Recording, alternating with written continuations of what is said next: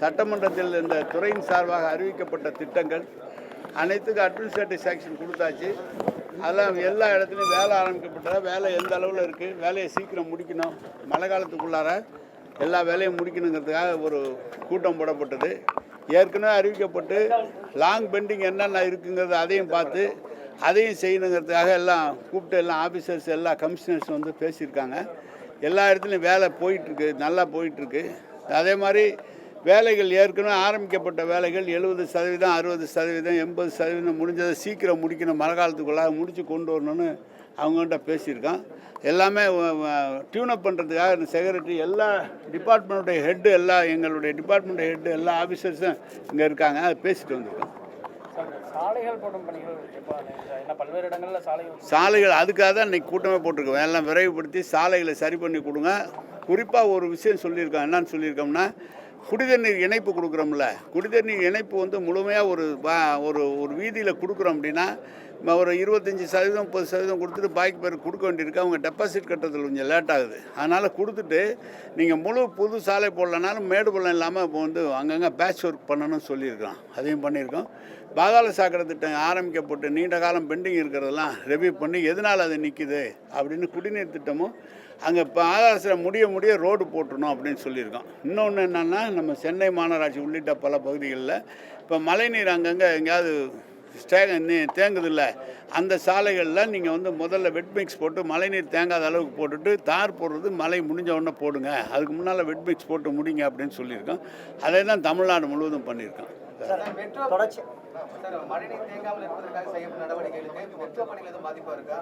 இல்லை ஒன்றும் மெட்ரோ பணிகள்லாம் எல்லாம் ஆன்கோயிங் நல்லா போயிட்டுருக்கு. மெட்ரோ பணி இப்போ அது வந்து கிட்டத்தட்ட இப்போ செம்பரம்பாக்கம் 240 எம்எல்டி கொடுத்துக்கிட்டு இருக்கான். இப்போ ஒரு பைப் லைன் 16, 18 ஒரு 3 நாளைக்கு நிறுத்தி பைப் லைன் கனெக்ட் பண்ணிட்டாங்கன்னா ஒரு நாளைக்கு 540 எம்எல்டி வரைக்கும் கொடுக்கலாம். அதனால் சென்னையை பொறுத்த வரைக்கும் குடிநீர் பிரச்சனைகளே எந்த இடத்துலையும் இல்லை, வராது. அது நல்லபடியாக வந்திருக்கு. கோடை காலத்தில் சென்னையினுடைய குடிநீர் தேவையை பூர்த்தி பண்ணியிருக்கோம் சார். இது வரைக்கும் நான் வந்து பொறுப்பெடுக்கிற போது, இந்த திமுக ஆட்சி நம்முடைய முதலமைச்சர் வந்து பொறுப்பேற்கிற போது 900 எம்எல்டி கொடுத்துருக்கோம் சென்னையில். இப்போ ஒரு 2 வருஷமாக 1100 எம்எல்டி தினந்தோறும் கொடுத்துக்கிட்டு இருக்கோம். மேலே தேவைனாலும் கொடுக்கறதுக்கு நம்மகிட்ட தண்ணி இருக்குது, கொடுக்கறதுக்கு வசதி இருக்குது, கொடுக்கக்கூடிய அளவுக்கு எல்லா வசதியும் பண்ணியிருக்கோம். அதை விட கூடுதலாக ஒரு 3500 கோடியில் நம்முடைய முதலமைச்சர் வந்து கேட்டுக்கொண்டார். ரிங் மைன் போடுறோம். இப்போ எல்லாம் ஒன்றிய அரசு அதுக்கு அனுமதி கொடுத்துட்டாங்க. கிட்டத்தட்ட சென்னையை சுற்றி சுற்றுவட்ட சாலை மாதிரி ரிங் மைன் எல்லா இடத்துலையும் பைப் லைன் போட போகிறாங்க. இப்போ டெண்டர் விட போகிறாங்க. அதனால் எந்த இடத்துல தண்ணி இல்லைனாலும் கொண்டு போய் சேர்க்கக்கூடிய வசதி பண்ணிட்டோம் சென்னையை பொறுத்த வரைக்கும். துறையினுடைய இல்லைங்க, ஒரு கோர்ட்டுக்கு போகிறாங்க. கோர்ட்டுக்கு போகும்போதே நீங்கள் வந்து முறைப்படி அனுமதி பெற்று போங்க அப்படின்னு சொல்கிறோம். ஏதாவது ஒரு சின்ன மிஸ்டேக்ஸு லோக்கலில் நீங்களாம் முடிவு பண்ணாதீங்க. துறையினுடைய செயலாளரை நல்லா கேட்டுக்கிட்டு ஏஐஜியை கேட்டுக்கிட்டு நீங்கள் போனுங்க. ஏன்னா போயிட்டு ஃபெயிலியர் ஆகிடக்கூடாதுங்கிறதா சொல்லியிருக்காங்க. ஏன் அதுக்குள்ளே அது கேட்டாங்களா உங்களை காதில்? சரி சொல்லுங்கள். வடகிழக்கு பருவமழைக்கு இன்னும் ஒரு 3 to 4 மாதங்கள் தான் இருக்குது. அதுக்குள்ளார அந்த பேட்ச் ஒர்க் போடக்கூடிய பணிகள், சாலைகள் செப்பனிட எல்லாமே அதுக்காக தான் மீட்டிங்க. நீ விரைவுபடுத்துறதுக்காக மீட்டிங். இப்போ குடிநீர் திட்டங்கள் ஒன்றிய அரசுலேருந்து நமக்கு ஜல்ஜீவனில் சேங்ஷன் பண்ணல. இப்போ நம்ம தமிழ்நாடு அரசு கொடுத்து ரெடியாக வச்சுருக்குறோம். அதை பற்றியும் பேசியிருக்கிறோம். எப்படி ஒன்றிய அரசுலேருந்து அனுமதி வரலன்னா அது எப்படி நம்ம பணத்திலே நம்ம செய்யலாமாங்கிறத பற்றியும் பேசியிருக்கோம். அடையாளம் காணப்பட்டிருக்குது. சாலைகள் நீ எவ்வளோ மேம்படுத்தப்பட வேண்டியிருக்கு, எவ்வளோ பணிகள் முடிஞ்சிருக்கு? அப்படி ஒன்றும் பர்டிகுலராக இவ்வளோ கிலோமீட்டர்லாம் சொல்ல முடியாது. நம்ம சட்டமன்றத்தில் அறிவித்த சாலைகளுக்காக கொடுக்கப்பட்ட பணங்கள் அத்தனைக்கும் அட்மினிஸ்ட்ரேட்டிவ் சாங்ஷன் கொடுத்துட்டோம். எல்லா இடத்துலையும் டெண்டர் போய் வேலை ஆரம்பித்து போயிட்டுருக்காங்க. அதனால் நீங்கள் வந்து மழை காலத்துக்குள்ளார எந்தெந்த இடம் போடணுமோ எல்லாம் போட்டுருவாங்க. மலையில் தண்ணி நிற்கிற இடம் மட்டும் வெட் மிக்ஸ் போட்டு அதுக்கப்புறம் ரோடு போடுவாங்க.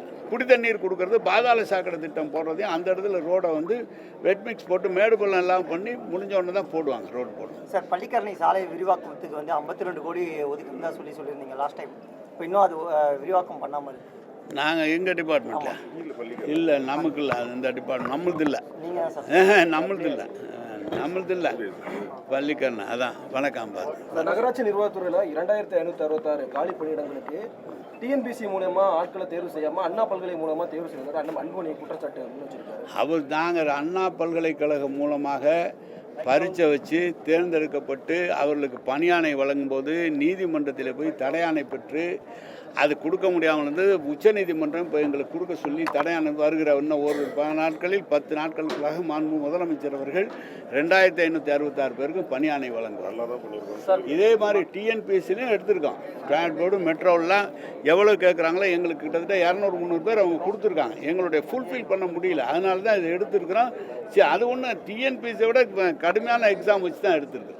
சார், ஒரு சில இடங்களில் மக்களால் தேர்ந்தெடுக்கப்பட்ட மாமன்ற உறுப்பினர்களுக்கு அதிகாரிகள் ஒத்துழைப்பு வழங்குதுன்னு ஒரு சில கவுன்சிலர் குற்றச்சாட்டு சொல்லிட்டு இருக்காங்க. அது சொல்லுவாங்க, அதாவது எதிர்கட்சி கவுன்சிலர் சொல்லுவாங்க. எப்படி அதிகாரிகள்லாம் ஒத்துழைப்பு கொடுக்காம கேட்டதை பூரா கொடுக்காமையே அவங்க அதெல்லாம் ஒன்று சார். மதுரை மாநகராட்சியிலே வரி வசூல் பண்றதுல முறைகேடு நடந்திருக்குது அப்படின்னு சொல்லி எதிர்க்கட்சி தலைவர் எடப்பாடி பழனிசாமி பல குற்றச்சாட்டுகளை வச்சிருக்காரு. அவர் காலத்தில் நடந்ததெல்லாம் சொன்னால் நீங்கள் இன்னைக்கு சாயந்தரம் வரைக்கும் சொல்லுவேன். அதெல்லாம் ஒன்றும் இல்லை, எல்லாமே முறைப்படி நடந்துக்கிட்டு இருக்கோம். அதிகாரிகள் தேர்ந்தெடுக்கப்பட்ட பிரதிநிதிகள் அதிகாரிகளை கூப்பிட்டா அவங்களுக்கு மரியாதை கொடுத்து பண்ணுறோம். செய்ய முடியாத செய்யினா எந்த அதிகாரி செய்வாங்க? செய்ய முடியாதுல்ல. அது வணக்கம்.